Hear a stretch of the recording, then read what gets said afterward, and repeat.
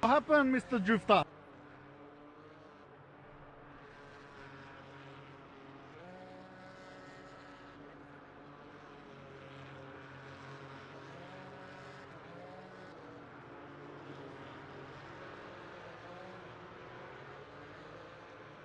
Alrighty, here we are then. Hello and welcome everybody in to the Fargone Racing GT Challenge Season 23, I want to say. I keep losing track.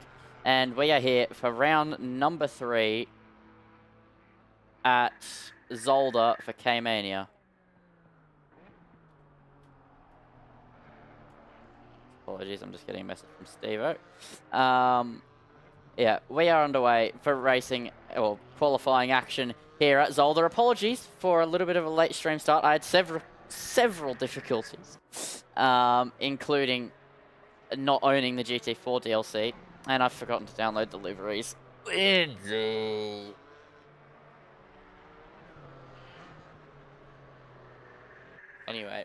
that's fine. That's fine. That's fine. That's fine. At least we're here. This is what happens when you have 5 minutes between the end of the first series you do and starting the next stream. Go get him. Yeah, I gotta. Yeah. Hold on. One moment, ladies and gentlemen. I will download deliveries on the fly.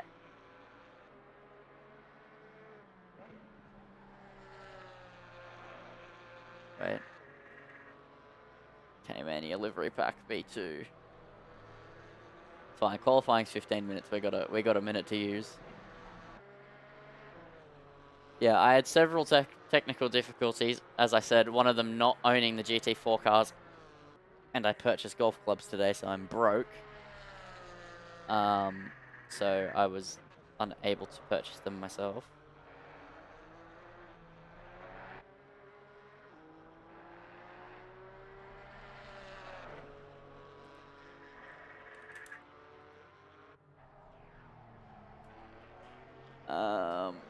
Sorry, just getting the livery sorted for the ladies and gentlemen who are watching at home.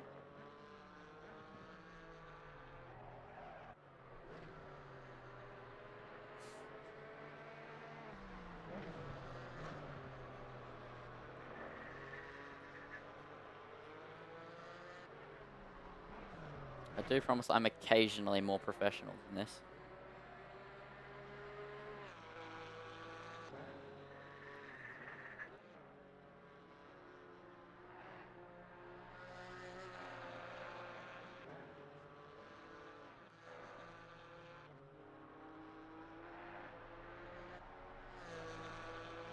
Okay, so at the moment, while we have a moment, Maddie is leading qualifying by 1 second over Andrew Long. Justin Griffin now, actually. So a 36.2 is the time to beat. Griffin is in P2, 8 tenths back, then Longy, then Piranat, then Perkins, then Demon Boost, then Alex McEwen, then MJ, Hoggy, Shady, Reese, Rhodes, Marzella, Edenick, Tobasire, Biggie Hug, Dave, Ross. As the liveries, they don't want to move.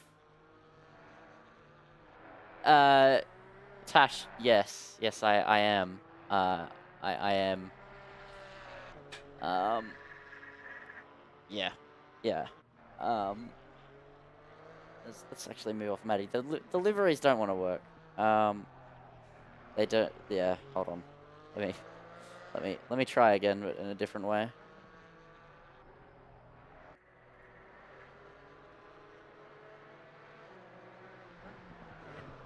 Oh, they don't want to work at all. Oh my god. File Explorer is having a mare, ladies and gentlemen. Alright. That's fine. So, Maddie coming towards the line now. No improvement on that lap. Where's another cool driver? There we go. Griffin. So, Justin Griffin currently sitting in 3rd position heading towards the end of the lap here at Zolder. In fact, they're heading through the final chicane, as this track has too many corners that I can't pronounce. I literally can only pronounce one corner, and it's the clean chicane. Yeah, thanks, Tash. I do appreciate that one. As I am actually meant to have a guest here in the commentary box tonight. However, he is currently not here. He'll be back. Yeah,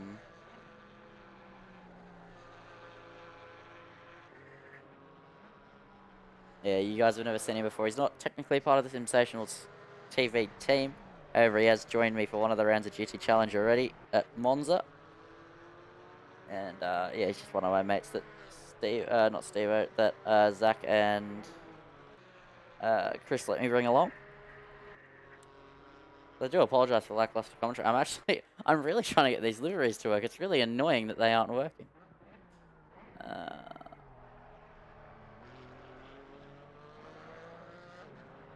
These black Caymans are sick. Yeah, but they're not meant to be black. Thus is the issue. They're meant to have cool liveries. Good luck getting liveries done. Yeah, cheers, mate. I do know what I'm doing. It's just, it doesn't like trying to transfer liveries to different file locations while a game is running. That is pretty much the whole issue.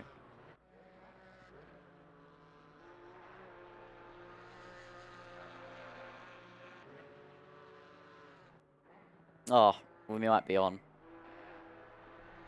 Oh. Hold on. Who has... Yeah, no.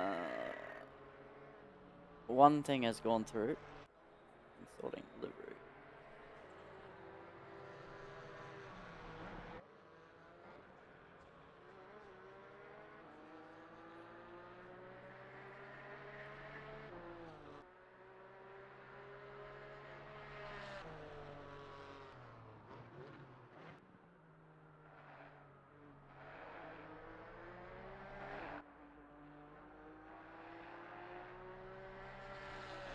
There we go. The liveries are downloaded, so I'll leave and rejoin in between qualifying and the race so we can have them up. But anyway, we are here for qualifying action, and Hoggy having a big moment there. So anyway, I can actually get to doing my job now, commentating. Who would believe that that is my job? There he is. Okay, so I'm Lindsay Muddle in the commentary box, and joining me alongside me here in the commentary box is a man that you might not have heard before. He did do the opening round with me, but I'm not sure who was watching that and who wasn't. So I'm joined by Geordie Slater, one of my mates, does racing in real life as well, and he just happens to have a little bit of a knack for the whole commentary thing, or at least being able to talk a lot.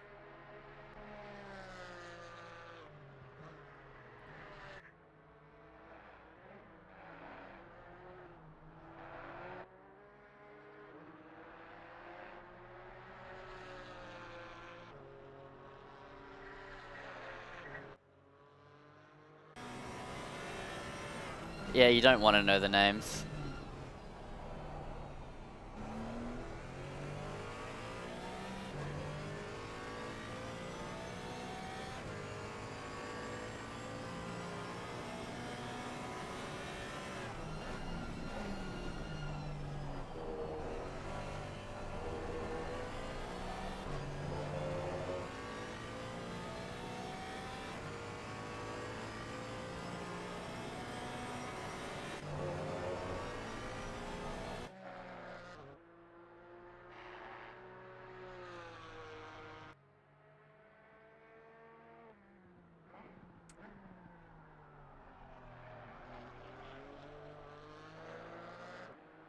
Oh, hold on.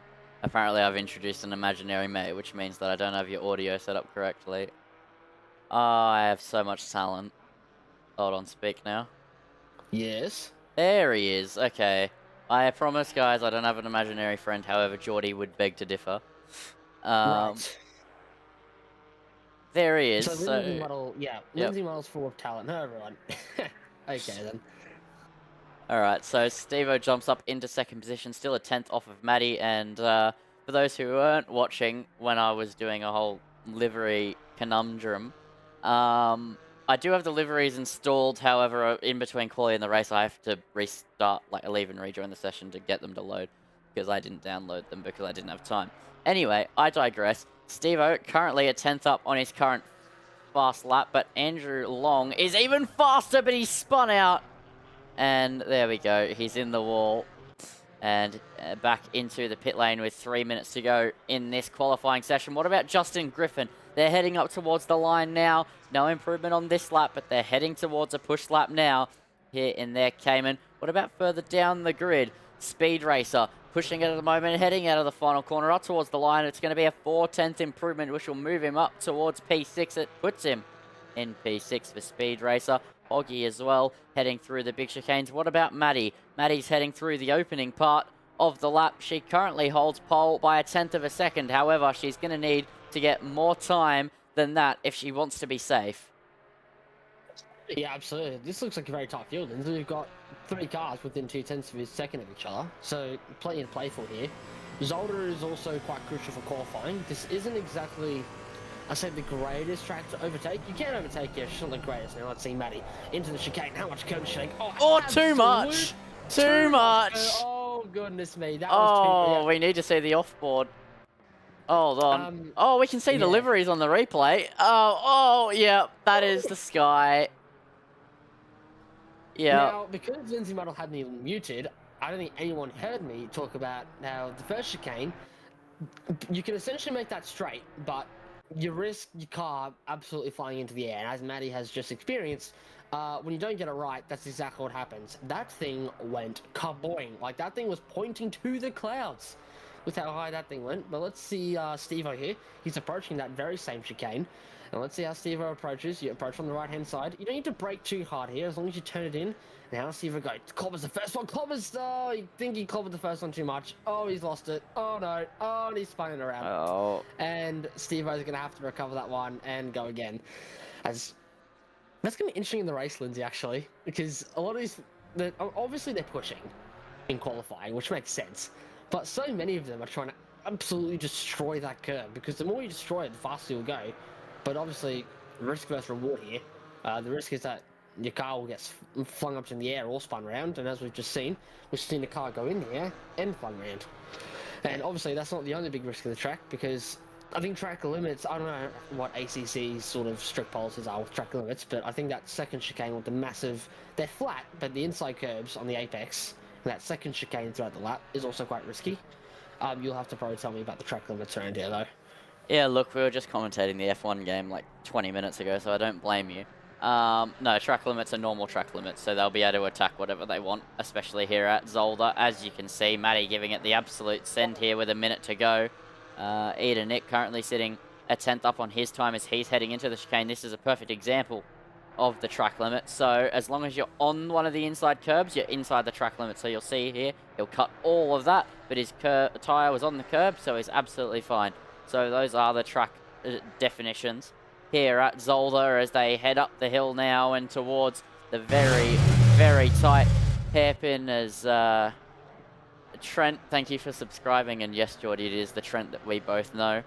I'm aware. Yeah. And Edenic currently sitting dead even on his time as he heads into the final chicane. And Nick absolutely nailing this lap so far, but just not to any sort of lap time gain here. Potentially not used to the GT4 cars as Edenic crosses the line with 13 seconds to go. He doesn't improve on this run. What about Maddie? She's beginning a lap. Let's go on board now as she heads through a lap of Zolder through turn 1. Medium speed left-hander now.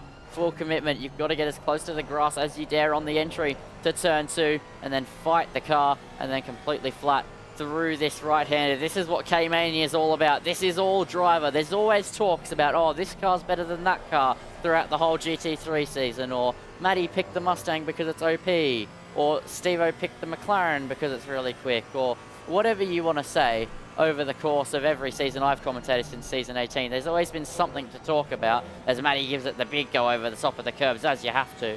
But here in K-Mania, it's equal cars. This is absolutely raw driver talent as she heads into the chicane. If she claims pole, she was just the fastest of the night, using all of the curb available. Complete commitment there from Maddie. Flat out now, up the hill. The GT4's minimal downforce just about keeping the car on the road. Luckily, it also has minimal power to go with it. There's a yellow flag from car 6. That's Stephen Reese. So he is on... Oh, Maddie's had a big slide there, but she is still a 10th up. Steve-O's qualifying efforts are done. Maddie should be safe on pole position. However, can she extend her lead on the top of the tower here as she heads into the final chicane? Now, completely over the top of the curb. Focus on the traction on the exit. Third gear short shift up towards the line. It's going to be a 2/10th improvement from Maddie as she crosses the line to take pole with a 1 minute 35.972. The only driver in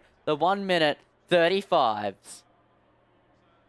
All that time came at that chicane where we absolutely destroy the curbs. That's simply Zolder. Like 90% of the track time around here comes from that specific chicane, because the more, if you just nail those curbs perfectly and your exit's fine, then you're literally bittersweet. You gain so much time, and that is exactly what Maddie did. She literally cut the curbs perfectly and didn't spin, didn't bounce the car too hard.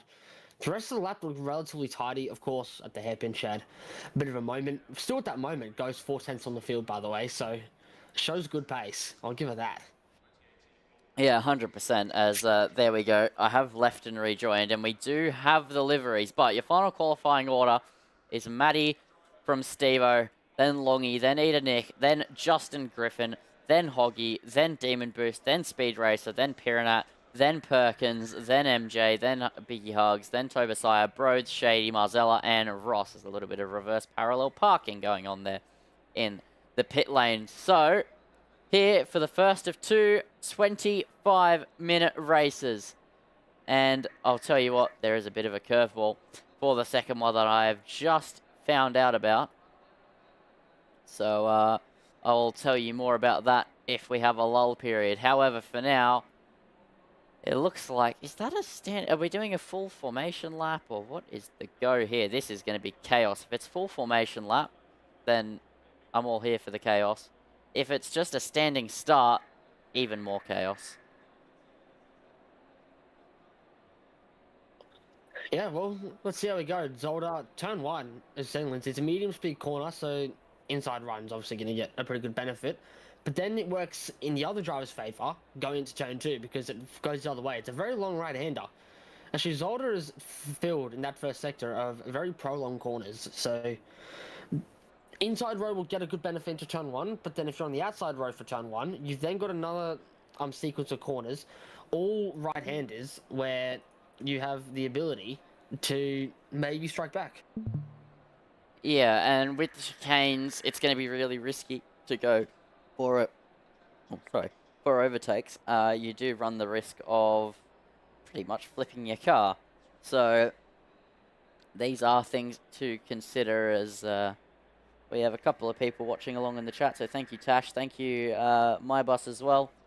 Yeah, 35.9 is rapid to be 4/10 clear pretty much of the field, including the likes of Stephen Reese, who's on second position.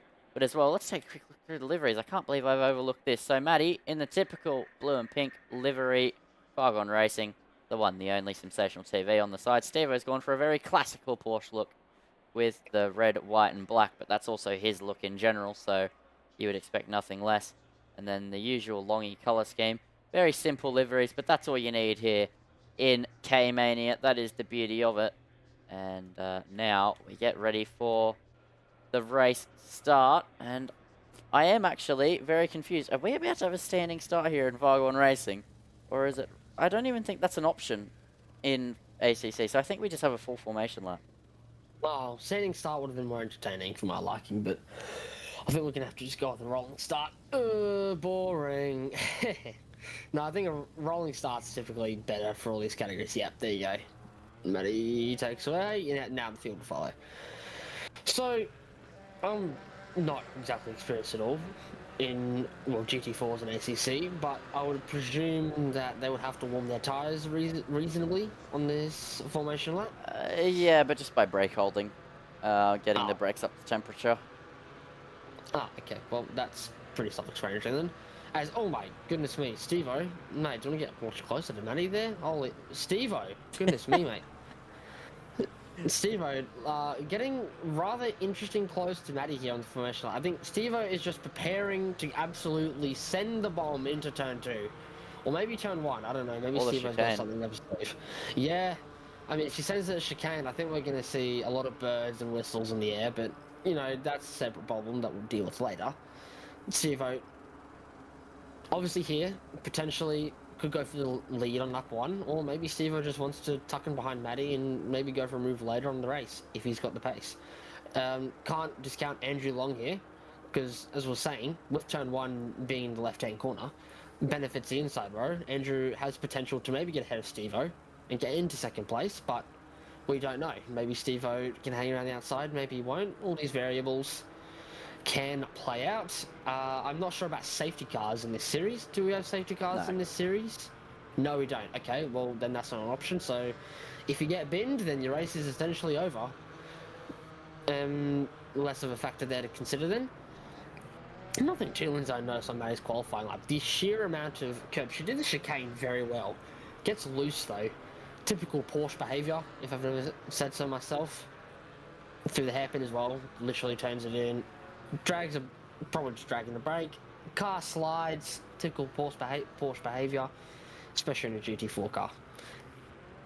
Yeah, 100%. The Porsche is going to be the Porsche no matter what car class you're in, but yeah, Matty looked very strong qualifying. Now she's got to survive the race start, which we know Steve-O's already playing the mind games, absolutely sniffing the rear bumper of Matty throughout the formation lap. It's all the mind games here as we head towards the start. And it's Matty alongside Stephen Reese, the typical pair on the front row. And it's Andrew Long and Ida Nick. Then it's Justin Griffin and Hoggy. Those are your front 3 rows. But now, here in Zolder, here, 4K Mania, in the 718 GT4s, in the Fargone Racing GT Challenge, the green flags are ready to fly. The green lights are ready to illuminate here in Belgium, as now, any moment, it will be foot to the floor, and we are underway for racing action. Matty getting off to an absolutely fantastic start. Steve-O, though, still holding on there on the outside, but not able to get alongside as they head through turn 1. Meanwhile, Ida Nick has a run on the outside of Andrew Long, but not able to do anything with it. Steve-O still trying to apply the pressure here. Matty forced onto the defensive line as they head through the first sector. And now Steve-O is all over the back of Matty as they head through the flat-out right-hander. Will it be a move on the outside? Matty defending the inside line. Steve-O gets a much better run through the entry and gets a good exit as well as they head towards the chicane. Could they come to blows here? Steve-O flashing the headlights on his Porsche. Is he going to go down the inside? He shows the nose, but he doesn't dare try and attack the curbs here on the opening lap to the same degree they were in qualifying. So Matty will hold the lead from Reese and then Andrew Long. But now that could change because Ida Nick is back in front of Longy as they head into the next part. In fact, no, who is that? That is Longy ahead. I'm just getting the wrong camera angle here from the game. There we go. Yeah, it is Longy holding the place from Ida Nick. Justin Griffin as well in 5th. Hoggy doing well for himself. The lap's quite long here in the GT4s of 1 minute 35 we saw in qualifying, so not uber long, but definitely longer than most of the tracks we're used to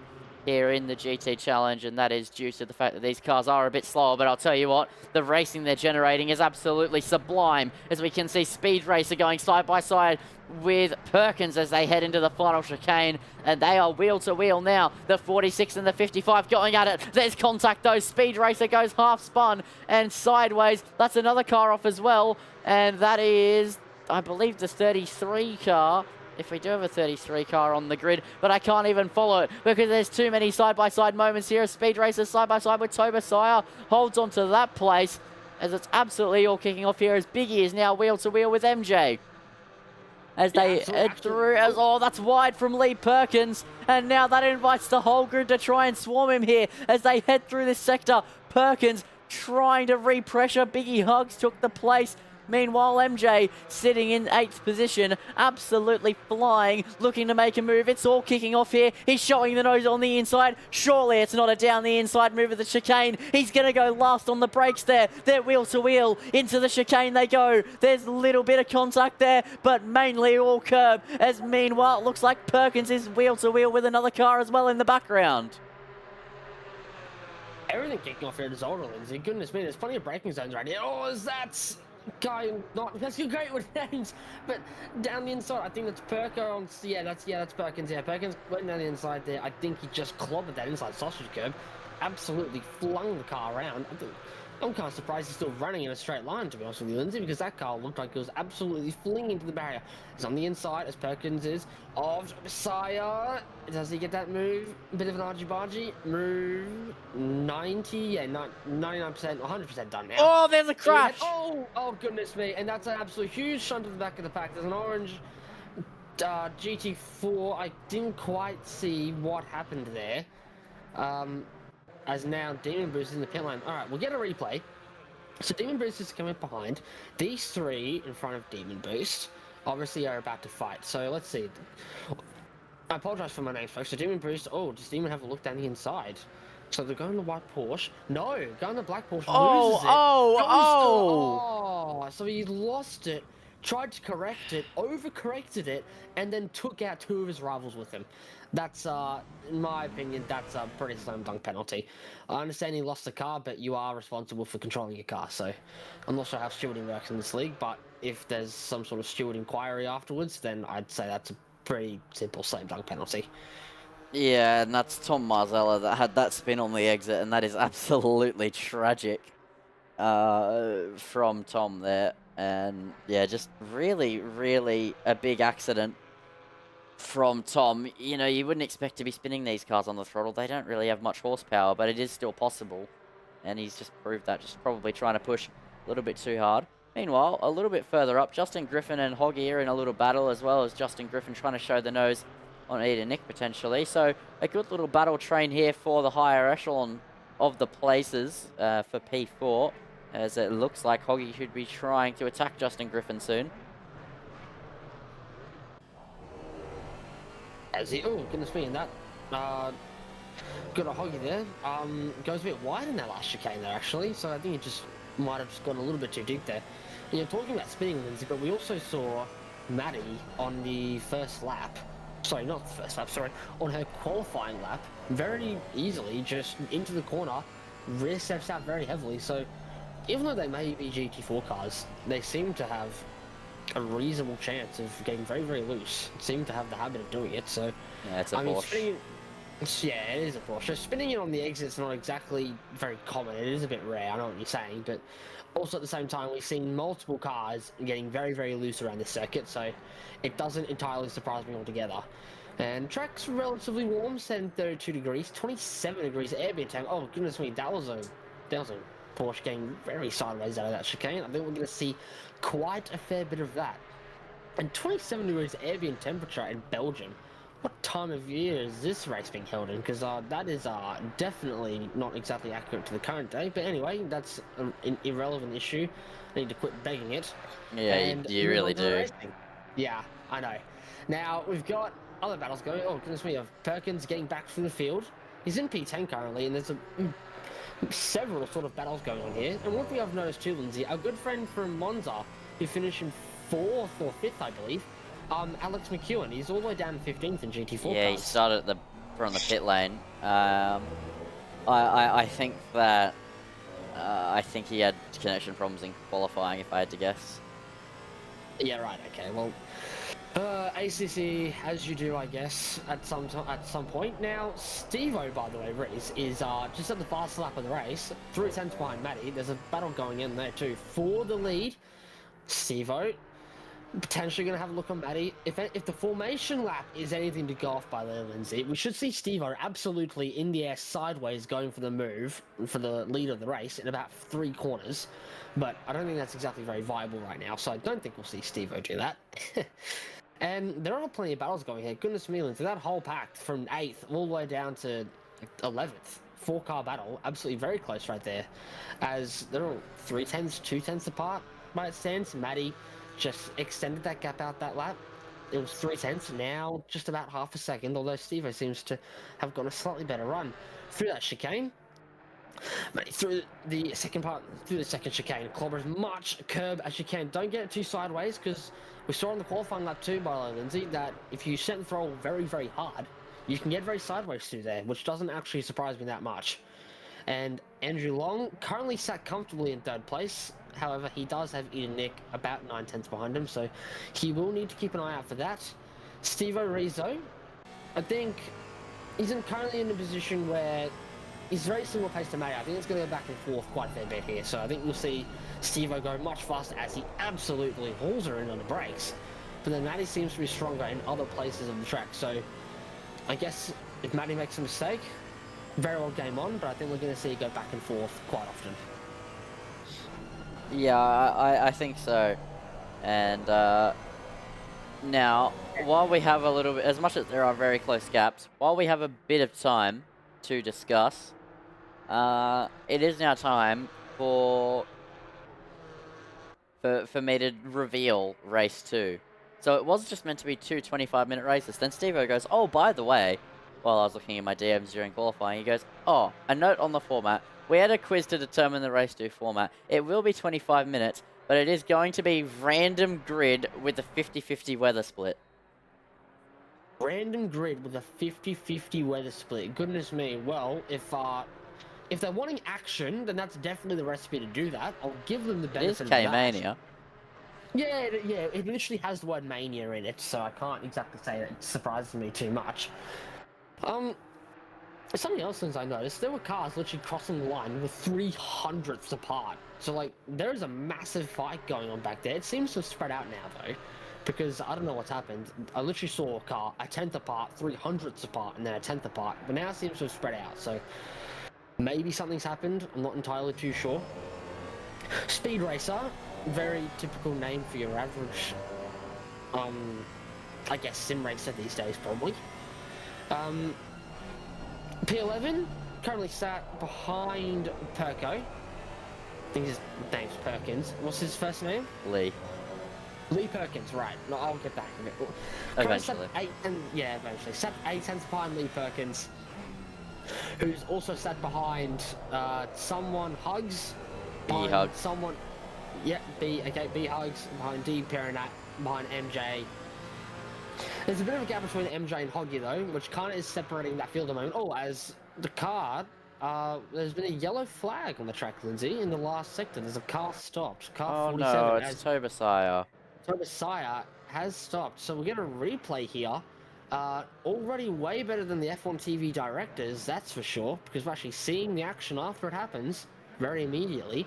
So just goes into the last chicane and picks up the throttle and loops it around. This is, oh goodness me, he's absolutely smashed the wall. Goodness me, Lindsay, these GT4 cars are absolutely proving to be devious, these drivers. Goodness me. Yeah, I mean, if they picked any other GT4, it might be okay. I guess that I guess that it's Porsche things, as we've come to expect. But we do have a battle. Oh, yeah, she lost it again up the front. Matty and Stephen Reese very, very close together, and yeah, they are absolutely on each other at this point. That gap 0.3 of a second as they head into the final 2 corners. Steve-O will be mounting a charge to try and take the race lead soon enough, you would have to think. 25-minute race, we're past halfway. This is now critical stages of this race, and Steve-O will surely be hunting for a move for the lead soon as he sits right underneath the tiny, tiny, minuscule rear wing of Matty's Porsche. Yeah, absolutely. If you're Steve-O, you're trying to hyper-move. He's been sat behind her for enough now, so he'll know where she's weak, he'll know where he's strong, where she's strong, etc. So now it's just a matter of get close enough in those specific spots, because you also need to be fast in the spots where you can pass. For example, it's all well and good doing a hairpin very fast, but if you don't do the corners, like the chicanes that lead up to the hairpin very well, then you're not going to be close enough to do the move. But if you do those chicanes that lead to the hairpins very well... Oh, Steve-O! Oh, Steve-O, goodness me. He missed the first apex there, Lindsay, by a bit, and then got over the second one, and it didn't exactly play out well for him. As further back, oh yeah, goodness me, just cobbled the curb and absolutely losing it. Oh, it's goodness me, as Andrew Long there lost it too, looking at that replay. that should put Eden Nick right on the back of him. And yeah, it has. So Eden Nick looking potentially for a move into the podium places here. That gap looks to be very surely about 0.3 of a second. I can't exactly determine that, but Steve-O has lost our ground. And yep, that gap is 0.3 currently between third and fourth. Eden Nick will want to go and look for a move potentially sooner rather than later. There's only 12 minutes left to go in this race, which tells me it's probably about 10 laps to go. Yeah, I think about well, no, not even close to 10 laps actually. I think it'll probably be about 6 laps as we head on to lap 8. Yeah, it'll be no, sorry, not 6 laps. It'll be about 7 laps, maybe 8 if we're lucky, as we've just passed halfway. That gap now between the two leaders back under a second, so 9/10 is that gap. This battle here, though, not the closest one on track. In fact, it's between Biggie Hugs and Lee Perkins. These two are the closest two on the circuit, separated by a mere 0.2 of a second. And now, here we go. Perkins is on the outside of Biggie Hugs, and he's going to go and swoop the long way round. Surely not. This would be a fantastic move if he gets that done, but no, he has to sit behind and just be a little bit patient there. Does Perkins, which, as those of you who know, Perkins, that's not his favourite thing in the world to do. He's not a particularly patient individual in the racecraft department, but he does sit behind this time, and his time will come here with 11 minutes to go, and I think he knows that. Yeah, absolutely. So back to the leaders. That gap between Matty and Steve-O, that's close. Wow, 6/10. So Steve-O's got pace here, Lindsay. It's just once he gets to Matty, he's just struggling to pass it, which tells me that Matty's good parts throughout the lap seem to be in the spots where you need to be good in order to pass someone.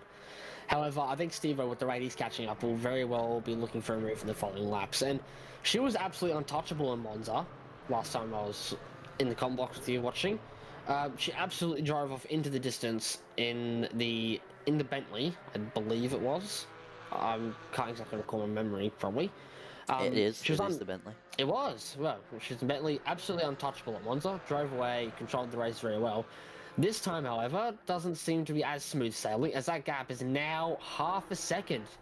So, getting closer and closer as the clock ticks by, Lindsay, Steve-O is absolutely reeling that gap in. It's just a matter of whether he can actually pass her or not, which so far this race, it seems like he has struggled to do so. Meanwhile, Eden Nick has dropped back. That gap now 9/10 of a second. It was 4/10. So Eden Nick just biding his time here. Maybe Andrew Long has picked up the pace a little bit. I'm not sure what the gap was between him and Steve-O. Biggie Hugs still got that gap over Perkins for the moment. Now, if you mention Mr. Perkins here isn't exactly the most patient driver, actually, there you go. Biggie Hugs touches the gravel. Here comes Perkins on the run of the chicane. You can't really go on the outside of the chicane, or maybe you can. Maybe I'm wrong. Because here goes, oh goodness me, and Perkins has completely turned in there on Biggie Hugs. But Biggie Hugs kind of corrected himself there, and he continues on with the day. Yeah, it was a good save there from Biggie. That is what I was talking about when it comes to Lee Perkins. Geordie, I guess my comparison for the viewers watching, you're not going to understand this, but I'm just explaining the type of driver here to Geordie. Lord Mahavir. Oh, goodness me. Well, yeah. That doesn't paint a very good picture. Not quite as bad, though. It's like 0.75 of a Mahavir. Okay. Yeah, right. Okay. Well, nothing wrong with a bit of aggression. I mean, look, that move was... he chopped him a little bit. I'm not going to lie. He got ahead of him. I mean, it was brave going the outside of the chicane. I think he just turned in a little bit, and I think that's what caused the contact. Somehow Biggie Hugs is literally still only a second behind, by the way. That is an absolute miracle. So, someone clearly knows how to save a car. Yeah, it was an absolutely great catch, and actually he really didn't lose much for it. He would just have overheated his tyres as Tom Marzella's going slowly for the third round in a row.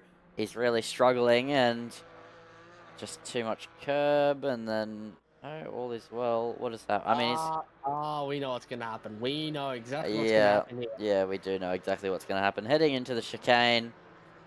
Bonk, bonk. Oh my God. He took flight there.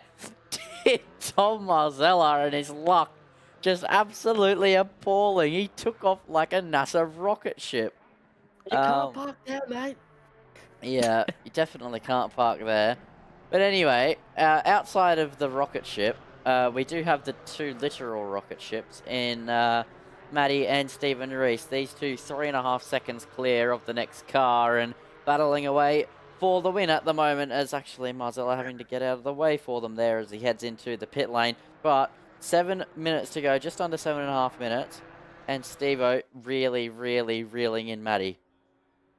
Yeah, she got loose there on the exit of the last corner there, Lindsay. So that's brought him even closer. The gap is 0.2 of a second. So Steve-O needs to start eyeing up a move. Oh, goodness me. Steve-O absolutely clobbered that turn one curve. I'm not really sure that's the best way to do turn one, but he's staying right with Maddie.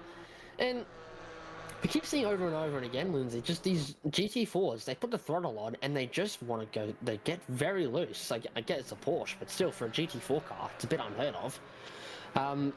As we see, goodness me, the slide. Maddie had the slide going there through turn 3. Absolutely had a cranked dash. No, should I say turn 4, sorry. Correction. Now Steve-O is still right in the back. Let's see how they take the chicane. Maddie takes a lot of curb. Oh, that's risky, Maddie. That could end very, very badly, but it didn't. She got away with it. But Steve-O is still right on the rear bumper. Well, not exactly the rear bumper. Very, very close to the rear bar of Maddie. Oh, goodness me, Maddie taking all the possible curb through that second chicane. As Steve-O actually gets a little bit out of shape there over the grass, and he's actually starting to slide around a bit. Tires maybe overheating, not too sure. Gap 0.5 of a second. So Andrew Long, by the way, has started to reel that gap in. It was 3.5 seconds. It's now 3.1. However, with the amount of time left to go, oh, as that's a car, Eden Nick going very wide at the hairpin there. I think he must have just gone in too deep and hit that grass. And Lindsay, I said this to you earlier, and literally seeing it again. Steve-O can catch Maddie, but the second that he gets to Maddie, he just can't pass her. And I'm not exactly sure why. Yeah, there's two reasons for that. One of them is that they're in the same car, which can sometimes make it a little bit tricky to overtake because you've got the same everything, so all you've got is slipstream. So that can definitely play. Well, that's not very powerful. Yeah, that can play a role, but also these two, this is exactly what you would expect out of them when they're in the same piece of machinery. They're always in different machinery, so we see a bit of racing. However, you put them in the same car, they're pretty much the exact same pace. They're fast laps within 1/10 of one another. And neither of them, as Tasha said in the YouTube chat, neither of them have an affinity for very close battling. They do what they need to do, but if they don't need to battle super hard, they're not going to battle super hard, especially when they're in a championship fight. Steve-O is the type of driver who would rather take the P2 and secure the consistent points over the whole season than go guts for glory and end up ending both of the races. Fair enough, it's a reasonable way to approach it, definitely. Especially in a championship scenario, that approach is definitely a lot more appropriate because you've got more to lose and the risk versus the reward just doesn't seem worth it. Now, Andrew Long has also dropped back a lot, so I'm not really sure. Maybe Matty's just picked up the pace here, but Steve-O's pulled a gap to Andrew, but Matty has absolutely bolted away from Steve-O because she's got the gap now to about 0.9 of a second. Yeah, she's absolutely flying, and I'll tell you what, she's on for a new PB this lap as she heads towards the line. I don't know if she's going to get it. She was a little bit slow through the final chicane. Yeah, 200s off her best lap. Steve-O 2/10 off his best lap, so only a tenth slower than Maddie on that last lap. However, it doesn't really reflect in the gap. That gap has definitely gotten a bit bigger since last lap, more than a tenth. But Maddie trying to put the screws on to Steve-O here, saying, hey, keep up if you can. However, I'm not going to make it easy for you, but Steve-O is holding up to the task at the moment. And yeah, 3.5 minutes to go. If you're going to get your elbows out, this is where you start. I looked rather close there. Maddie hit the gravel, and see, the gap was 9/10. It's back to 4. So Maddie, and Maddie's taking a lot of curve. She's got out of shape there, Lindsay, but so is Steve-O. Steve-O's gone over that gravel there, and I don't think we're going to see him move. No, we're not. It looked like Maddie was going to absolutely lose it there, and Steve-O was going to have the run, but not on this occasion. He's going to have to wait again. Oh, as Maddie has completely cut that second part. You're talking about the track limits being the curb, the red and white part. Well, she was definitely inside that red and white part there, so I'm assuming that's just going to be a track limit warning by the game. Yeah, you get, so you get 3 strikes, and then on the 4th one, it's a penalty. Yep. Okay. Well, that's definitely a strike if I've ever seen one, because that was absolutely egregious. It could be a no time gain. Yeah, I don't see how that could be the case, but You never know. It's ACC. Yeah, whatever floats your boat. And see, once again, Steve-O just crawls it back in the last part of the lap. It just seems to be the first half where Maddie seems to be a bit stronger, but Steve-O's a lot far better in the second half. Collars inside curb, turn one of Zolder. Very medium speed corner, you want to open it up, but you also need to turn it in early because the apex is very far to the inside. Turn two. Get the car into the left, but you need to set up the exit too. You need to take more of a geometric line through there. Turn 3, completely flat out. Now through turn 4. Dab the brake, dip the car in. Third gear, get on the throttle as early as you dare. Don't touch the gravel, because if you touch the gravel, it will hurt your run. Now to the infamous Zolder chicane. Take as much curb here as you dare. Get on the brakes. Second gear. How much curb takes it first? Maddie absolutely clobbers it, and she takes a lot. Gets a bit out of shape, but as we saw right there, Lindsay, she didn't get the best of runs, but because she took so much curb, it gained her enough time. Now to the second chicane, hard on the brakes. Down to second gear, take as much curb on these apexes as you can. This section is all about mechanical grip, front and rear. More about rear on the traction. You need the traction out of these corners. Absolutely put the pedal to the metal as Steve-O there, getting a bit out of shape there, washing out on the front tyres there, and now into the hairpin. Oh, actually, no, we'll get a replay. Yeah, I think Steve-O just pinning it flat. I'd assume that corner will be flat in the GT4 car, but I think Steve-O experienced some issues as we're now on the final lap of the race. Yep, so we enter the final lap of race 1, and I think that Steve-O kind of sealed the deal on P2 after that mistake.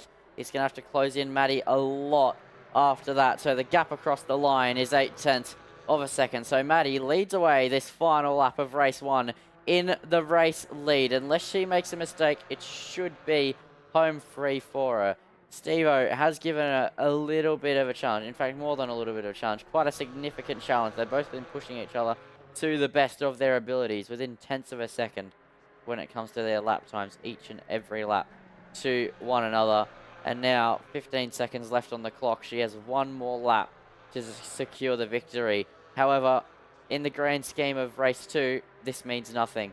It will be random grid. So if Steve-O starts ahead after Maddie's won, it could be his opportunity to strike. If they both start down the back, then it's a different story again. So definitely it's going to be an interesting race, and I'm hoping that Alex McEwen might be able to start further up with the random grid, because he started at the back from the pit lane. I'd like to see what he can do up against the likes of Andrew Long and Eda Nick, which is where I think he'd probably stack up pace-wise when push comes to shove. But now Steve-O wide again, just giving it 110% through every single corner, but now heading through the final hairpin and towards the final chicane. The gap's so close, but it's not going to be enough. It's so close, yet so far for Stephen Rees. It's going to be Maddie who leads us into the final chicane and out of the final chicane victorious. So as Maddie rounds through the final chicane, she is just about held off a hounding Steve-O for the last 16 laps. And here we go. It's a drag race to the line, but Maddie wins by a 1/10.5 over Stephen Rees. Just about there, but Stephen Rees taking the fastest lap. Longy gets P3. What a finish. Yeah, wow, that was a lot closer at the end than I thought it would be. Justin Griffin only just finished 3/10 behind Eda Nick as well. So plenty of close finishing throughout the field, Lindsay, as we have a fight for P10 action going on right here. Oh, goodness me, that's a car going very wide. We've got Biggie Hugs coming in P8. Oh, goodness me, as we're going to get a drag race to the line here. Speed Racer versus Dampen Piranat, and Piranat prevails on this occasion. P10, Alex McEwen, he'll be one to watch out for next race. Comes home in 12th. And I believe we should have Broads coming around the final corner now. No, he's on the main straight. Broads comes up in 13th position, and we should have Dave Ross, who's only just hanging on right here actually for 14th, but he's going to get the job done fairly comfortably. Dave Ross comes home in 14th place ahead of Slim Shady. Very nice name, that man. I can tell that man has a particular favourite music artist, as Tobasiah, one lap down still, hasn't finished. Still got to cross the line. Oh, there was plenty of action in that race, Lindsay. Yeah, there was. It was a great race, and I think that race 2 is going to be about 80 times more chaotic with a random grid. So we will have a server restart. So we will be right back. So race 2 will be up soon here on Simsational TV. Don't go anywhere. Simulator model being purchased, you will receive a range of training resources to help you to facilitate quality driver education. SDT is the exclusive distributor of Fatal Vision alcohol impairment goggles, marijuana simulation goggles, and drowsy and distracted blinking goggles. All are used to demonstrate the dangers of such impairments on the driver. Also available are driver training posters, driving handbooks, and distracted driving resources. Our simulators make the perfect training tool for drivers to experience how various impairments affect their performance. Depending on the simulator model being purchased, you will receive a range of training resources to help you to facilitate quality driver education. SDT is the exclusive distributor of Fatal Vision alcohol impairment goggles, marijuana simulation goggles, and drowsy and distracted blinking goggles. All are used to demonstrate the dangers of such impairments on the driver. Also available are driver training posters, driving handbooks, and distracted driving resources. Our simulators make the perfect training tool for drivers to experience how various impairments affect their performance. Depending on the simulator model being purchased, you will receive a range of training resources to help you to facilitate quality driver education. SDT is the exclusive distributor of Fatal Vision alcohol impairment goggles, marijuana simulation goggles, and drowsy and distracted blinking goggles. All are used to demonstrate the dangers of such impairments on the driver. Also available are driver training posters, driving handbooks, and distracted driving resources. Our simulators make the perfect training tool for drivers to experience how various impairments affect their performance. Depending on the simulator model being purchased, you will receive a range of training resources to help you to facilitate quality driver education. SDT is the exclusive distributor of Fatal Vision alcohol impairment goggles, marijuana simulation goggles, and drowsy and distracted blinking goggles. All are used to demonstrate the dangers of such impairments on the driver. Also available are driver training posters, driving handbooks, and distracted driving resources. Our simulators make the perfect training tool for drivers to experience how various impairments affect their performance. Depending on the simulator model being purchased, you will receive a range of training resources to help you to facilitate quality driver education. SDT is the exclusive distributor of Fatal Vision alcohol impairment goggles, marijuana simulation goggles, and drowsy and distracted blinking goggles. All are used to demonstrate the dangers of such impairments on the driver. Also available are driver training posters, driving handbooks, and distracted driving resources. Our simulators make the perfect training tool for drivers to experience how various impairments affect their performance. Depending on the simulator model being purchased, you will receive a range of training resources to help you to facilitate quality driver education. SDT is the exclusive distributor of Fatal Vision alcohol impairment goggles, marijuana simulation goggles, and drowsy and distracted blinking goggles. All are used to demonstrate the dangers of such impairments on the driver. Also available are driver training posters, driving handbooks, and distracted driving resources. Our simulators make the perfect training tool for drivers to experience how various impairments affect their performance. Depending on the simulator model being purchased, you will receive a range of training resources to help you to facilitate quality driver education. SDT is the exclusive distributor of Fatal Vision alcohol impairment goggles, marijuana simulation goggles, and drowsy and distracted blinking goggles. All are used to demonstrate the dangers of such impairments on the driver. Also available are driver training posters, driving handbooks, and distracted driving resources. Our simulators make the perfect training tool for drivers to experience how various impairments affect their performance. Depending on the simulator model being purchased, you will receive a range of training resources to help you to facilitate quality driver education. SDT is the exclusive distributor of Fatal Vision alcohol impairment goggles, marijuana simulation goggles, and drowsy and distracted blinking goggles. All are used to demonstrate the dangers of such impairments on the driver. Also available are driver training posters, driving handbooks, and distracted driving resources. Our simulators make the perfect training tool for drivers to experience how various impairments affect their performance. Depending on the simulator model being purchased, you will receive a range of training resources to help you to facilitate quality driver education. SDT is the exclusive distributor of Fatal Vision alcohol impairment goggles, marijuana simulation goggles, and drowsy and distracted blinking goggles.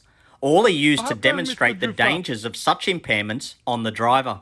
Also available are driver training posters, driving handbooks, and distracted driving resources. Our simulators make the perfect training tool for drivers to experience how various impairments affect their performance.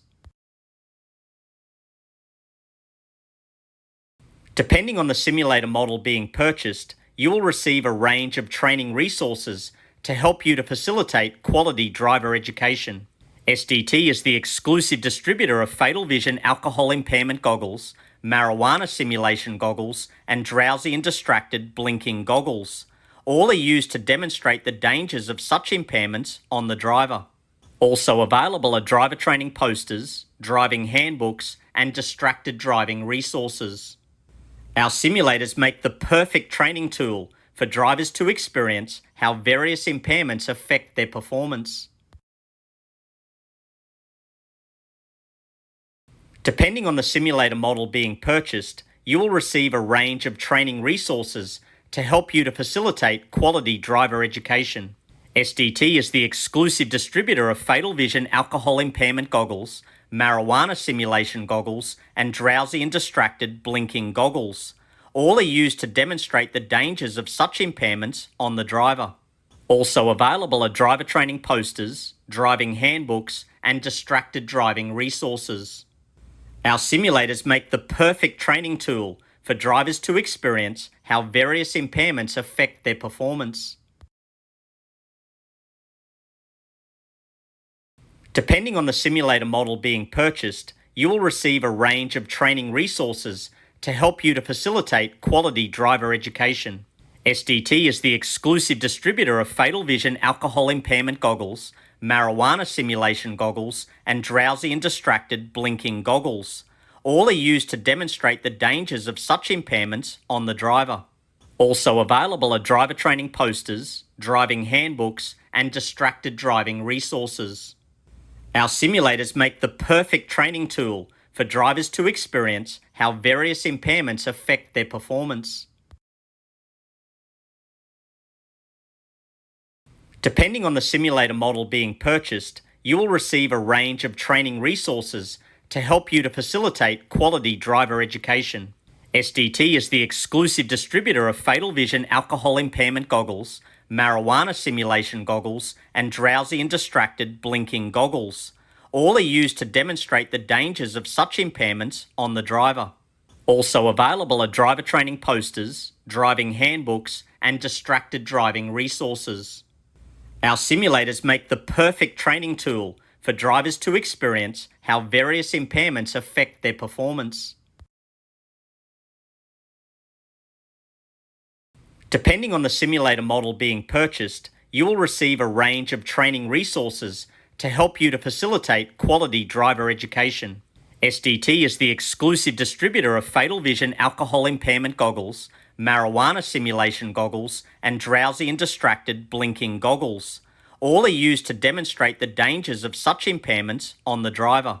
Also available are driver training posters, driving handbooks, and distracted driving resources. Our simulators make the perfect training tool for drivers to experience how various impairments affect their performance. Depending on the simulator model being purchased, you will receive a range of training resources to help you to facilitate quality driver education. SDT is the exclusive distributor of Fatal Vision alcohol impairment goggles, marijuana simulation goggles, and drowsy and distracted blinking goggles. All are used to demonstrate the dangers of such impairments on the driver. Also available are driver training posters, driving handbooks, and distracted driving resources.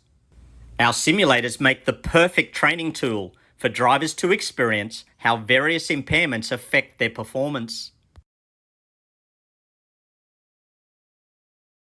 Depending on the simulator model being purchased, you will receive a range of training resources to help you to facilitate quality driver education. SDT is the exclusive distributor of Fatal Vision alcohol impairment goggles, marijuana simulation goggles, and drowsy and distracted blinking goggles. All are used to demonstrate the dangers of such impairments on the driver. Also available are driver training posters, driving handbooks, and distracted driving resources. Our simulators make the perfect training tool for drivers to experience how various impairments affect their performance. Depending on the simulator model being purchased, you will receive a range of training resources to help you to facilitate quality driver education. SDT is the exclusive distributor of Fatal Vision alcohol impairment goggles, marijuana simulation goggles, and drowsy and distracted blinking goggles. All are used to demonstrate the dangers of such impairments on the driver. Also available are driver training posters, driving handbooks, and distracted driving resources. Our simulators make the perfect training tool for drivers to experience how various impairments affect their performance. Depending on the simulator model being purchased, you will receive a range of training resources to help you to facilitate quality driver education. SDT is the exclusive distributor of Fatal Vision alcohol impairment goggles, marijuana simulation goggles, and drowsy and distracted blinking goggles. All are used to demonstrate the dangers of such impairments on the driver. Also available are driver training posters, driving handbooks, and distracted driving resources. Our simulators make the perfect training tool for drivers to experience how various impairments affect their performance. Depending on the simulator model being purchased, you will receive a range of training resources to help you to facilitate quality driver education. SDT is the exclusive distributor of Fatal Vision alcohol impairment goggles, marijuana simulation goggles, and drowsy and distracted blinking goggles. All are used to demonstrate the dangers of such impairments on the driver. Also available are driver training posters, driving handbooks, and distracted driving resources. Our simulators make the perfect training tool for drivers to experience how various impairments affect their performance. Depending on the simulator model being purchased, you will receive a range of training resources to help you to facilitate quality driver education. SDT is the exclusive distributor of Fatal Vision alcohol impairment goggles, marijuana simulation goggles, and drowsy and distracted blinking goggles. All are used to demonstrate the dangers of such impairments on the driver. Also available are driver training posters, driving handbooks, and distracted driving resources. Our simulators make the perfect training tool for drivers to experience how various impairments affect their performance. Depending on the simulator model being purchased, you will receive a range of training resources to help you to facilitate quality driver education. SDT is the exclusive distributor of Fatal Vision alcohol impairment goggles, marijuana simulation goggles, and drowsy and distracted blinking goggles. All are used to demonstrate the dangers of such impairments on the driver. Also available are driver training posters, driving handbooks, and distracted driving resources. Our simulators make the perfect training tool for drivers to experience how various impairments affect their performance. Depending on the simulator model being purchased, you will receive a range of training resources to help you to facilitate quality driver education. SDT is the exclusive distributor of Fatal Vision alcohol impairment goggles, marijuana simulation goggles, and drowsy and distracted blinking goggles. All are used to demonstrate the dangers of such impairments on the driver. Also available are driver training posters, driving handbooks, and distracted driving resources. Our simulators make the perfect training tool for drivers to experience how various impairments affect their performance. Depending on the simulator model being purchased, you will receive a range of training resources to help you to facilitate quality driver education. SDT is the exclusive distributor of Fatal Vision alcohol impairment goggles, marijuana simulation goggles, and drowsy and distracted blinking goggles. All are used to demonstrate the dangers of such impairments on the driver. Also available are driver training posters, driving handbooks, and distracted driving resources. Our simulators make the perfect training tool for drivers to experience how various impairments affect their performance. Depending on the simulator model being purchased, you will receive a range of training resources to help you to facilitate quality driver education. SDT is the exclusive distributor of Fatal Vision alcohol impairment goggles, marijuana simulation goggles, and drowsy and distracted blinking goggles. All are used to demonstrate the dangers of such impairments on the driver. Also available are driver training posters, driving handbooks, and distracted driving resources. Our simulators make the perfect training tool for drivers to experience how various impairments affect their performance. Depending on the simulator model being purchased, you will receive a range of training resources to help you to facilitate quality driver education. SDT is the exclusive distributor of Fatal Vision alcohol impairment goggles, marijuana simulation goggles, and drowsy and distracted blinking goggles. All are used to demonstrate the dangers of such impairments on the driver. Also available are driver training posters, driving handbooks, and distracted driving resources. Our simulators make the perfect training tool for drivers to experience how various impairments affect their performance. Depending on the simulator model being purchased, you will receive a range of training resources to help you to facilitate quality driver education. SDT is the exclusive distributor of Fatal Vision alcohol impairment goggles, marijuana simulation goggles, and drowsy and distracted blinking goggles. All are used to demonstrate the dangers of such impairments on the driver. Also available are driver training posters, driving handbooks, and distracted driving resources. Our simulators make the perfect training tool for drivers to experience how various impairments affect their performance. Depending on the simulator model being purchased, you will receive a range of training resources to help you to facilitate quality driver education. SDT is the exclusive distributor of Fatal Vision alcohol impairment goggles, marijuana simulation goggles, and drowsy and distracted blinking goggles. All are used to demonstrate the dangers of such impairments on the driver. Also available are driver training posters, driving handbooks, and distracted driving resources. Our simulators make the perfect training tool for drivers to experience how various impairments affect their performance. Depending on the simulator model being purchased, you will receive a range of training resources to help you to facilitate quality driver education. SDT is the exclusive distributor of Fatal Vision alcohol impairment goggles, marijuana simulation goggles, and drowsy and distracted blinking goggles. All are used to demonstrate the dangers of such impairments on the driver. Also available are driver training posters, driving handbooks, and distracted driving resources. Our simulators make the perfect training tool for drivers to experience how various impairments affect their performance.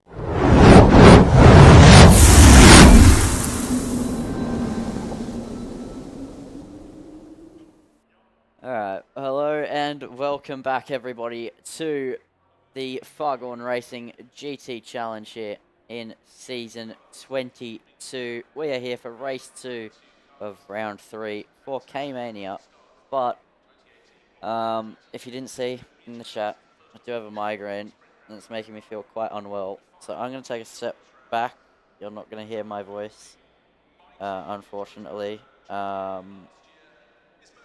And I'm just gonna leave it to Geordie. I will be controlling the cameras and stuff. Broadcast will run as normal. I just can't speak. It's just, yeah. I'm gonna leave it to Geordie. So, Geordie, have fun. Yep. Oh, folks, you might just have to bear in mind with me as I get used to names because it doesn't show me the full name on the leaderboard, so I will need to get my head around that. But, anyways, we'll make do with it. Don't expect anything too special, but we will make it work. So, 25-minute race around Zolder, and from what I've understood, it's a 50-50 weather split. So, I'm not sure if that means it's a 50-50 chance it rains, or the first half of the race is wet, and the first half of the race is dry, and the second half of the race is wet. Because if that's the case, then that certainly will make things interesting. And we also have a random grid here, so I think it's worth. Yep. So we'll see the grid when the formation lap gets underway in just a minute's time. Actually, we can see it right here. So random grid for this race. So we've got our good friend Hoggy on P1, followed by Eaton Nick starting in second position by Demon Boost, by Tom Marzella, I believe, followed by Speed Racer, followed by Maddie, Andrew Long, Justin Griffin, Broads, forgot old mate's first name with the last name Hugs, Tobasiah, Andy McEwen, Steve O'Rees, yes, sorry, Alex McEwen, sorry about that, Steve O'Rees, forgot old mate's name, 14th, my apologies, first name, Piranat, and we've got MJ, we've got Perkins, Dave Ross, and then our good friend Slim Shady, who is hashtag #1 fan of Eminem. Most likely, I can't really see anything else being possible with that username. As we are about to get underway, track conditions are the same as the previous race. I don't know if rain's forecasted, but that will get found out as the race sort of goes on, and we take off for the formation lap. So Hoggy will lead the way. Generate some tire temp by dragging that brake pedal, and that should give the cars enough tire temp to start this race. Obviously, tire temperature very important. More for the first few laps of the race. Obviously, if your tires are cold, then you will struggle for grip early on, and you'll probably fall back through the field if you don't have your tire temp up. However, though, judged by the first race, it didn't really seem to be an issue for everyone or anyone. So I doubt we'll see anything like that again this race, considering the track conditions are quite literally the same. The random grid, though, is the interesting part, because, you know, you've got people like Maddie and Steve-O, who are going to have to try and fight their way through it. Even Andrew Long, you're going to have to try and fight their way through a couple of positions. Now, Steve-O is definitely more of a disadvantage here, because Steve-O's down 13th and Maddie's up in 6th. So Steve-O's got a lot more work cut out for him there, depending on what he's going to do. However, though, I don't think I don't think it's completely unrealistic for Steve-O. We'll have to see how that, of course, unfolds as the drivers weave the cars around. We see Tom Marzella weaving the car around back and forth. And this chicane posed to be an interesting prospect last race. We saw Steve-O and Matty taking very different lines to there, but we saw Matty absolutely clobber the curbs, get a bit sideways. We saw Steve-O be a bit nicer to those curbs. And it gave him a better exit, but it didn't always. Field up there, Eden Nick almost ran into the back there of Mr. Hoggy. And I believe they have 3 track limit warnings. I don't think anyone got close to having one last race, not from what I could tell. I believe there was 1 penalty, but I think it was on a different related note. The cars will now form up, and we should get underway relatively shortly. Currently 5:04 p.m. local time, Belgium.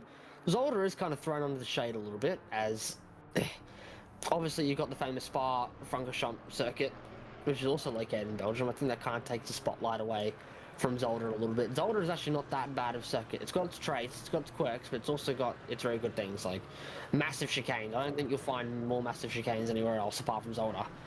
Maybe from a couple other tracks, as Hoggy is going to back the field up massively. So Hoggy does, he is the pole position leader, so he does control the start. And Eden Nick cannot be in front of him at all before the lights go out. So Hoggy must remain either perfectly equal to or behind Hoggy until the lights go out. So here we go, folks. We're getting ready. I think we're going to get underway very shortly in probably about 5, 4, 3, 2, 1. And I believe it is lights out and away we go. As that was a great start for Matty from P6. We're going into turn 1 as Demon Boost has potentially a look on Eden Nick. It wasn't quite enough though. Eden Nick tucks into second place behind. Maddie's made up a position. Does Maddie want to go from roof? No, she doesn't. We see outside action here. Maddie currently sat in 5th position. She's got Andrew Long on her outside. No, that's Speed Racer. She's actually on the inside of Speed Racer. She's trying to fight for the position. Speed Racer decides better of it though and decides to tuck in behind. Maybe had a look there. Didn't really want to think too much of it though. And now as we run on the way to the chicane, and Maddie has gotten a great exit, and she's actually on the back of Andrew Long on the run to the chicane. And actually, as the order is completely shuffling around here, I'm not too sure. No, it's Andrew Long back there. Oh, as we see, oh goodness me, there is a car, and that's in the fence, and I believe that looks like a livery of Tom something, as we get a replay here of what actually has happened. Sorry folks, the leaderboard just jumped around everywhere. So let's see what happened here. So we're into turn 3. And we see our good old friend going down the inside in the blue GT4 car, navy blue. Now on the run to the chicane, so I'm not sure of driver names here. On the inside, Steve-O's right behind us actually. They're very wide, and oh goodness me, and that is absolutely shambolic. So the pink GT4 there clearly is running to the back of the car in front of them and is completely taken out. It's Broads. So Broads is the one that got spun around there and went through on the inside of the chicane. Anyway, Hoggy now has the lead of this race, 4 tenths over Eden Nick. Eden Nick will want to try and get a move done sooner rather than later. And actually, Hoggy didn't exactly get the greatest of exits there, and they've got a gap. They have a gap there as Tom Marzella, should I say, currently in 3rd position in the silver class. We also need to mention about that. There are splitting classes. Oh, as Hoggy didn't exactly get the greatest of exits there. Ran a bit wide, but he's still keeping the distance though. Got 1.8 seconds from Eden Nick back to Tom. Maddie currently sat in 5th behind Demon Boost. Oh, it's actually, here we go. Demon Boost and Tom Marzella are actually having a bit of a bingle here. And Maddie's going to go for it here. On the inside, they're going to go 3 wide. And does Maddie want to hang on the inside? No, she does not. Because Demon Boost is going to keep it on the outside there. But I think Demon Boost now is on the bad foot here because Maddie's got a really good run. But Demon Boost has the inside line. Can Demon Boost keep himself ahead? No, he backs out as the car's on Constantine, and Maddie goes through the air. Oh, goodness me. And Maddie has absolutely lost it there on the exit. And now on the run down through to turn 7 and 8, I believe it is. Maddie has lost positions there. Oh, here we go. Tom Marzella and Speed Racer getting close together through the second chicane. Oh, goodness me. It's Tom Marzella. He's lost the car. Oh, no. And around goes Tom Marzella. Maddie gets caught up in that too, actually. And that is absolutely devastating. Maddie has been thrown back some positions here. She's down to 8th position now. So that has absolutely not worked for her here. Steve Reese is ahead of her, by the way. I was talking about the start of the race. They had 7 positions between them. Steve is now directly ahead of Maddie. So Steve has an absolutely amazing start. And that's what random grid does for you, folks. When you put a random grid, you throw fast drivers everywhere, you put some guys who maybe more inexperienced at the front, it will throw carnage around. So Hoggy and Eden Nick are absolutely far out front, by the way. They've got a massive gap. So Demon Boost now in 3rd. He actually benefited from that. Maddie got over that second curb, as we talked about. Oh, as we maybe see a move there by Biggie Hugs, but it wasn't quite enough. Decides to sit back just for now. And you'll potentially look at his options. Oh, goodness me, as that's a car going very deep. Demon Boost has got very deep into turn 2 there, and that's going to allow Speed Racer through turn 3 to take that podium spot away from Demon Boost. And that's now going to open a door potentially for guys like Andrew Long to catch back up again. Andrew Long sat in 5th. Biggie Hugs currently sat behind him in 6th position, followed by Steve-O and Maddie. So Steve-O ahead of Maddie this time. So it'll actually be interesting to see how the roles will play as reverse now, because now, oh, goodness me, Biggie Hugs clobbering that first apex curb. I saw Maddie on lap 2 there. Clobbering that curb has its benefits in time-wise, but it's also a huge risk, and that's what ultimately put it back. So she's got work to do, and they've also got to get 5.6 seconds to get to the leaders. So Hoggy and Ida Nick have absolutely flown away, and I think they are very well in control with this race as of now. Right. Biggie Hugs looking potentially for a move. Steve-O half covering to the corner, moves back to the racing line. He knows that Maddie is very, very fast, and she won't hesitate for a move if you give her the opportunity to. So ideally, Steve-O probably gets a move on here and gets down the inside of Biggie Hugs as soon as he possibly can. He's right behind Hugs into the last chicane.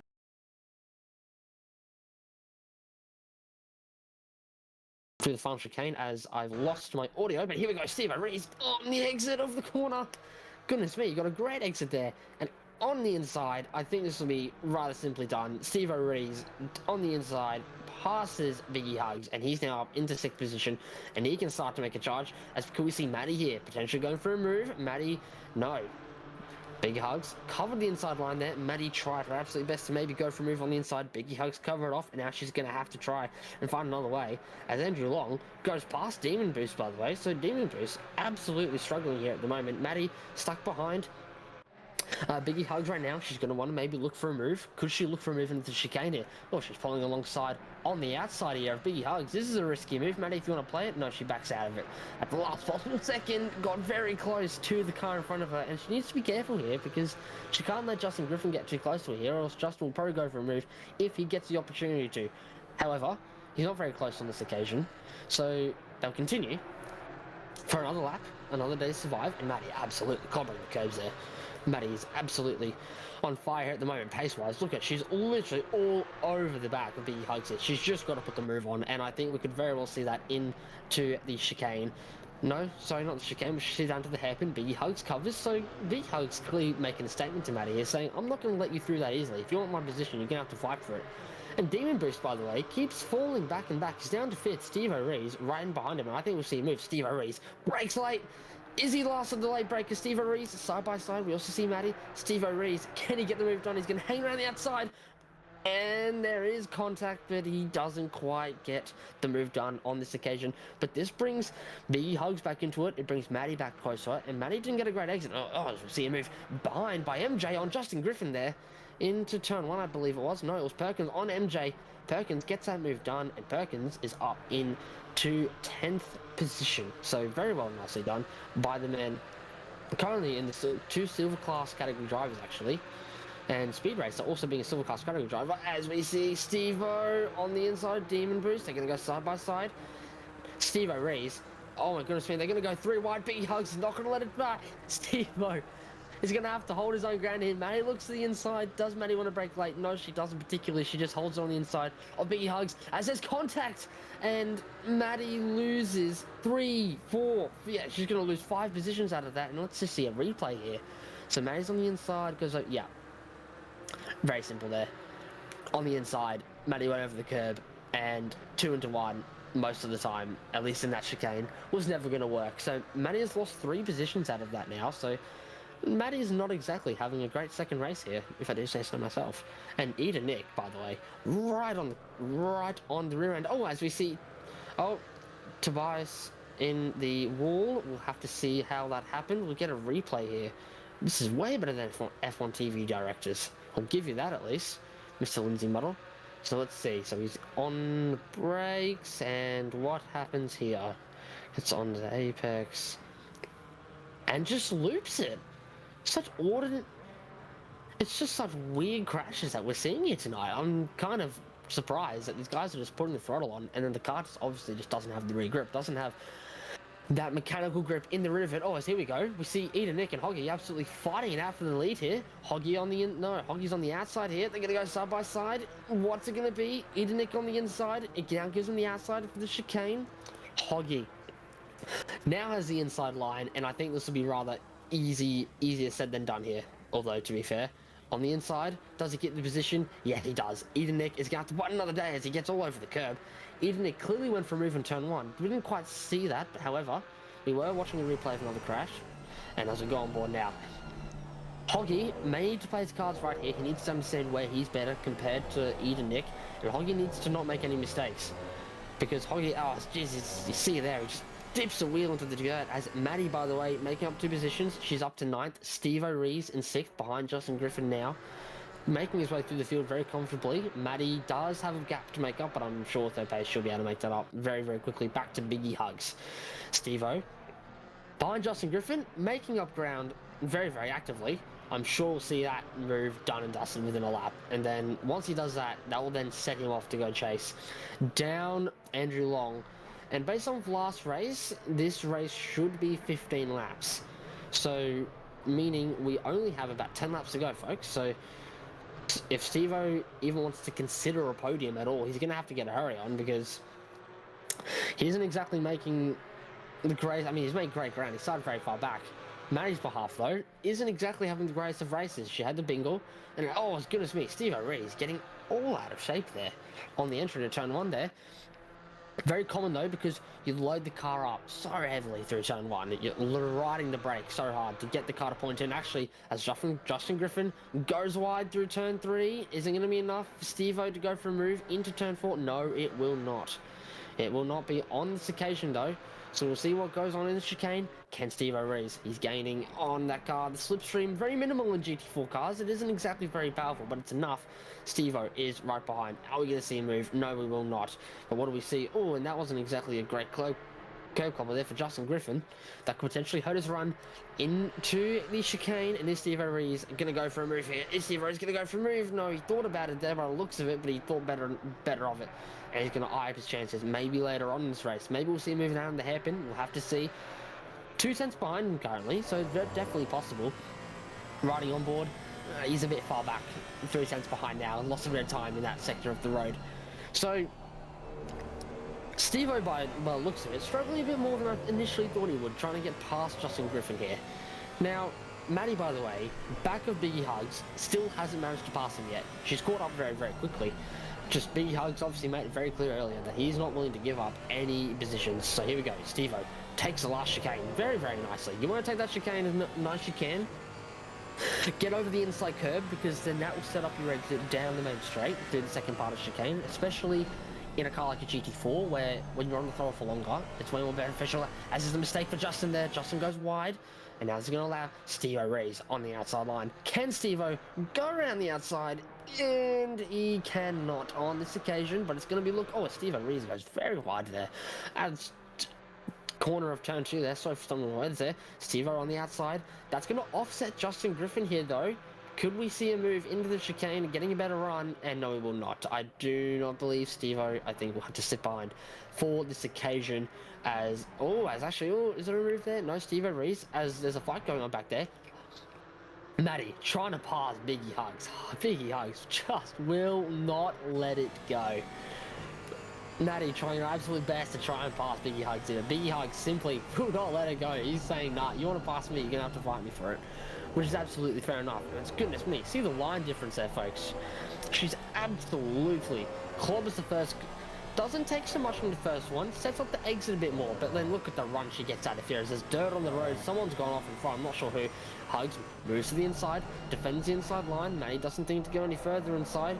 Sets up the exit to this hairpin here. What can she do here? Gets a good run. She does get a good run. And she's right on the rear of Biggie Hugs here. Is there going to be a move into the final chicane? And Biggie Hugs moves to the inside. Does not really give Maddie much of an option there. I think going to the inside that isn't exactly going to play well into her favour. Because the last chicane here at Zolder is very hard to overtake at. Because once you go down the inside of someone, such a short run between the 2 corners. So it makes it hard as the car simply just holds around the outside of you very easily. Oh, that's Biggie Hugs getting in. Not a great exit. Can Maddie get on the outside of her? Steve-O didn't manage to do it, but Maddie's she's got momentum around the outside, but it doesn't set her up well here for turns 3. It doesn't set her up well for turn 4 either. So I think Maddie's going to have to concede that one and maybe have a go into the chicane. Or can she go around the outside? So I've completely been proven wrong there. Maddie absolutely flies it around the outside of Biggie Hugs there. And I think that's going to be a move absolutely sealed off and done. And that's an absolutely crucial move. Very similar livery cars. Actually, Hugs not going to let this one go too easily as he's going to hang it around the outside. Biggie Hugs holds on to 8th place still. He is fighting for his life out there, but I absolutely respect it. Defend the position all you like. Does he defend the inside? No. He does not. Doesn't defend the position. Oh, goodness me. Oh, Hug's gone wide there. That's not going to give him a great run down this next straight, absolutely at all. So let's see here. Maddie, behind Biggie Hugs here. Does she go for a move? Biggie Hugs moves it over, covers the inside line. Maddie, does she have a look on the outside? Maybe she set up the exit, but she went too wide in the middle of the corner, though. That's not going to help her run. And Maddie is just going to have to settle for 9th place once again. And as we get a nice close-up shot here, right behind. So this is a nice action camera. Seeing the rear wheel on the ground, moving up and down a little bit. Nice to see the ACC physics in action, actually. So by the looks of it, Maddie's best shot at trying to pass Huggy here is probably turn 1 through turn 2, because it seems like he's covering everywhere else and making life a bit difficult for her. So she's going to have to do an absolute due diligence here and try to find a way past in these opening corners here, because that seems to be where she's very strong and he's not particularly very strong. So here we go, Maddie right on the back of Biggie Hugs again. Are we going to see move? Huggy moves it over, defends the inside line once again. Can we see an outside move? No, we can't. Huggy parks the bus, keeps it behind. Very nicely done. Covers the inside again, but now Maddie's got the outside. We saw Biggie Hugs go on the outside here last lap. I wonder if Maddie could do the same, but no, she isn't side by side. And that will be another lap of Maddie trying to get past. And actually, as we see the leaders, by the way, the leaders are Speed Racer has completely caught up, by the way. Sorry I missed it. Eden Nick's taken the lead, but crucially, Speed Racer has caught up to these three now. So we've got a three-way fight for the lead, with Andrew Long behind. Steve O'Reilly's absolutely on a charge. He's absolutely firing in the laps. Purple, purple, purple. Steve O proving he's got the pace. Finally got past Justin Griffin there. And it's something like that where Maddie kind of wishes, because she's absolutely trying her absolute best to get past Biggie Hugs here, but she just can't. And it's definitely frustrating her. So Hoggy now behind Eden Nick. Eden Nick took the lead, but Eden Nick hasn't exactly been able to pull away here, doing 38 twos. I think we just saw Steve O'Reilly was doing 36 sevens, so pace difference, very significant there. Now Hoggy on the back of Eden Nick. Oh, goodness me, gets a massive slide for that corner there. As we said earlier, Lindsay, Porsche things doing Porsche things. What can we say? Speed Racer has fallen back a bit this lap. The gap now opened up from 7/10 to 1.3. So that now gives Hoggy a bit of breathing room and more of an opportunity to potentially go for a move here on Eden Nick. Although that gap seems to be rather large, as there is a car going slow. No, oh, goodness me. Sevo Reese. No, we're not on board Sevo Reese. I keep getting it wrong. Hoggy absolutely clobbered that second curb. I mean, got it in the air, I'll give him that, but it wasn't exactly very effective. Oh, goodness me, as Hoggy is absolutely fighting it through the chicane. And Hoggy is absolutely sending it in there. He's firing it in over the chicanes, using all the track possible. He's trying his absolute best to catch up to Eden Nick and try and regain the lead, but it just isn't close enough on this occasion to go for a move into the hairpin. Can we see a move potentially later on? Eden Nick takes an okay line. It was a bit narrow in there. Hoggy got a decent exit, but it just is not enough. Hoggy is trying his absolute best here to try and get past Eden Nick. He's taking all the curb, using all the road possible, getting track alert warnings probably for doing so, but it just isn't enough. As we see, what is the run like onto the exit? Onto main straight, it wasn't particularly awesome, and what's the lap time going to be? It's a 1:37.4, a lot better than last time, actually. That's his best lap of the entire race, but it didn't update his best time, which does confirm, by the way, that he got an off track. Well, I'm sorry, I'm an iRacing player, so I call them off tracks, but a track limit, warning, penalty, whatever you want to call them, I guess. So Speed Race has fallen off. Steve O'Reilly has caught 7/10 to Andrew Long. I think we'll see a move there relatively soon, although there's only about 4 laps to go in this race, so if Hoggy wants to get a move done sooner rather than later, he doesn't exactly have long. Steve O'Reilly doesn't have long, and Maddie has finally cleared Biggie Hugs. Finally. After all that battling, she's finally got to, oh, goodness me, and Nick absolutely clobbers the curb there. They're both completely group limited. They are absolutely flying. They are using everything they've got left in those cars. All the curb, all the road. Track limits even at this stage. as we saw Hoggy there, he's absolutely clobbering. If they've got the track limit warnings in use and they've got them in hand, they're absolutely going to use them. The gap is 2 seconds now. These two are absolutely pushing flat out here. And I think we're going to see potentially move in these dying stages of this race. The rain hasn't come, by the way, so clearly no rain was even on schedule for this race. Just the random grid. But it's given the... Yeah, the random grid has definitely given us, though, the race of entertainment, though, still, regardless of the weather. And here we go. See, Hoggy actually nailed that there. Hoggy set up that second part a lot better than Eden Nick did. As you saw there, Eden Nick had to back it off and set the car up for the exit. That's the benefit of setting up the exit of the corner. Exit speed, as you'd call it these days. Hoggy, right on the back of Eden Nick. Can he get the move done? No, not close enough. Not close enough on this occasion. He's so close. He is so close. These two are absolutely pushing to the absolute limit here. They're trying absolutely everything they can.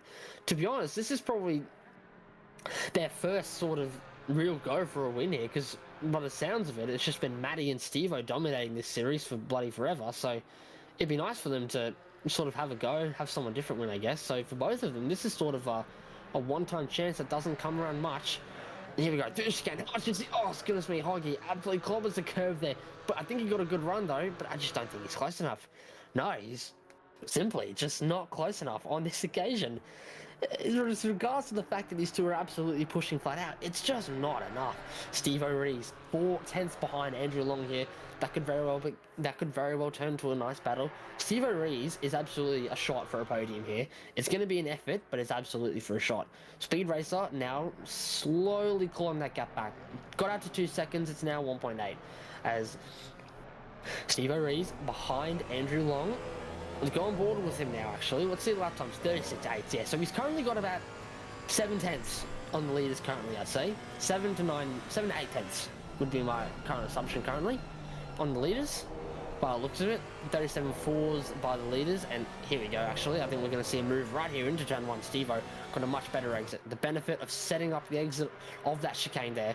And I don't think Andrew Long's going to put up much of a fight of it. Steve O'Reilly's on the inside. I think Andrew will back that out. Yeah, he does. He does go for a switchback, but I think he'll let Steve-O have that corner there quite easily. As actually, doesn't exactly give him the entrance to the corner there, as we may see a move back here from Andrew Long here. Actually, Andrew Long might not be letting this one go, as no, he tucks in right behind. Looks like he may have been going for a move there. Track temperature has gone down a little bit there. It's going to do absolutely nothing, but I may as well mention it. Hoggy, by the way, has completely lost his lead. 1.2, sorry, he's lost his gap. 1.2 seconds now, so I'm not sure what's going on there, but maybe he's made a mistake or something, but 1.2 seconds now covers the front too, so the sort of thrill over an ending we were hoping to get kind of just been thrown away there, but it's alright. I'm sure Hoggy will be able to catch it back up, as now the hunt's on now for Steve O'Reilly.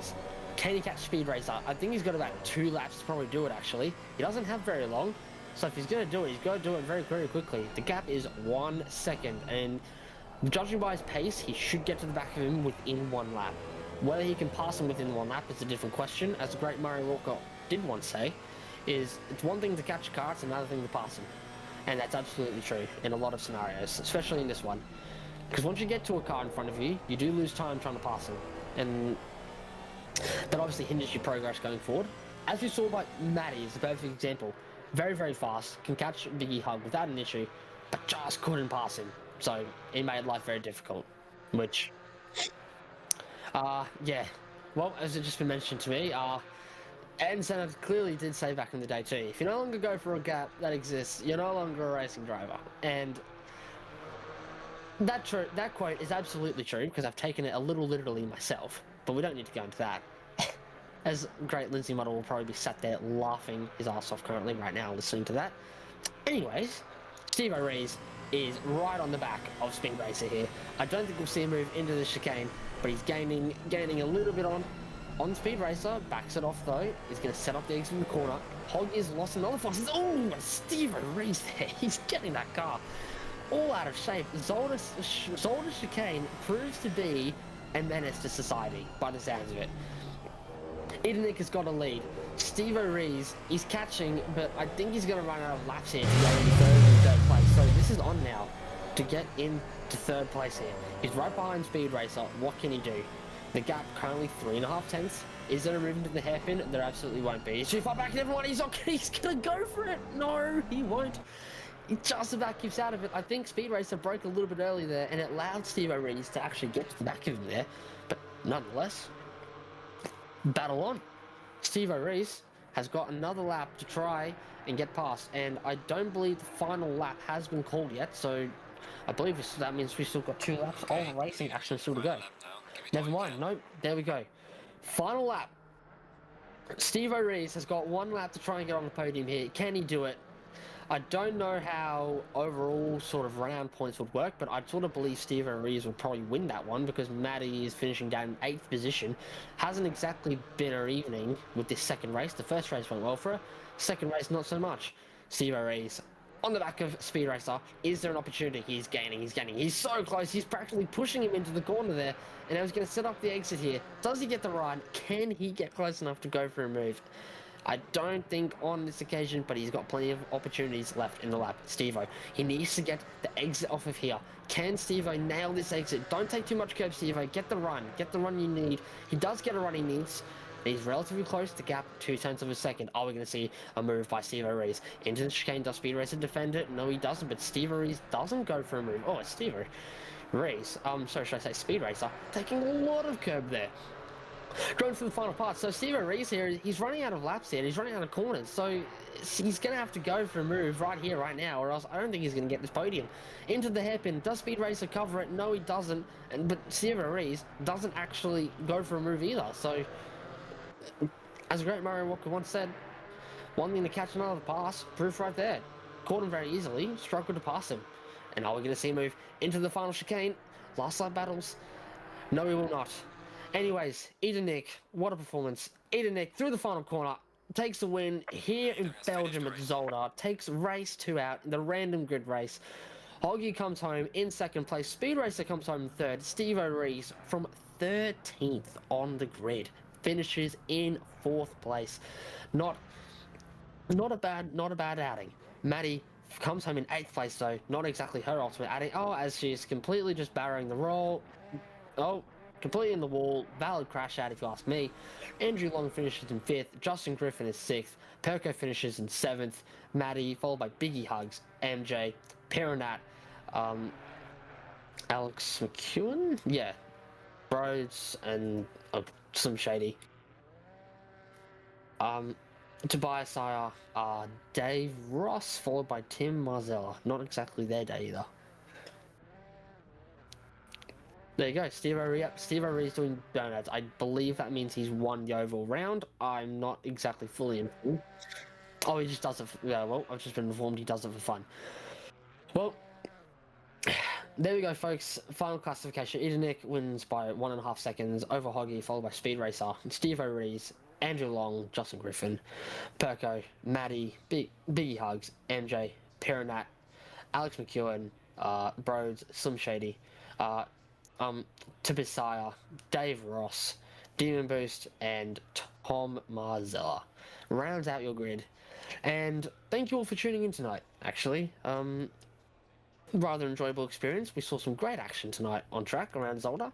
And I've been Johnny Slater, and who's currently dying of a migraine is Lindsay Muddle, is also in here with me somewhere. It's been a pleasure, and we'll see you all next time, I believe.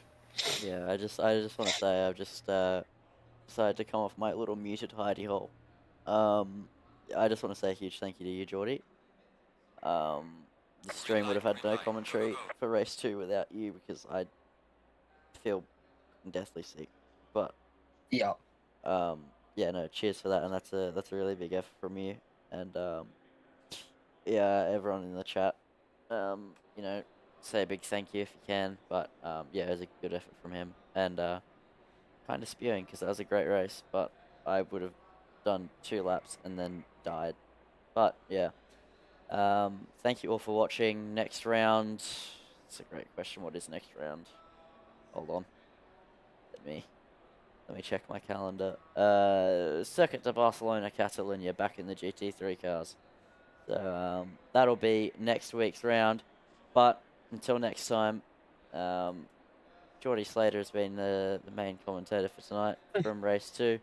I have been Lindsay Model in the commentary box. Thank you for watching, and good night.